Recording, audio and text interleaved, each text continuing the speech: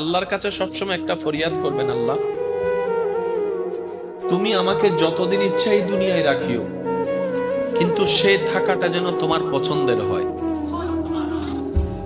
আমার মনে হয় আওয়াজটা একটু বড় হবে, আরেকটু ইমানি আওয়াজে। আল্লাহ যতদিন আমার নিঃশ্বাস চলবে, সেই নিঃশ্বাসটা যেন তোমার পছন্দের সময় কাটে। আল্লাহ আমাকে তুমি যতদিন রাখবা সুস্থভাবে রেখিও, অসুস্থ বানিয়ে কারো উপর যেন আমাকে বোঝা না হতে হয়। কারণ অসুস্থ হলে অনেক সময় আপনরা পর্যন্ত ভর মনে করে। প্রস্রাব পায়খানা যখন অসুস্থতার কারণে বিছানায় করা লাগে, মানুষ ঘেন্না করে। এই ঘেন্নাটা দেখে রোগীরও নিজের অস্বস্তি বোধ হয়। কথা বলেন ঠিক কিনা?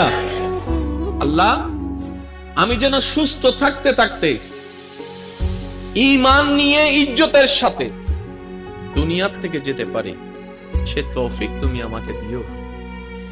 মাওলা যতদিন আমি বেঁচে থাকবো তোমার বান্দা, জীবনের শেষ নিঃশ্বাস পর্যন্ত কখনো যেন কারো কাছে হাত পাততে না হয় আমার, সেই রিজিকের ব্যবস্থা তুমি করে দিও।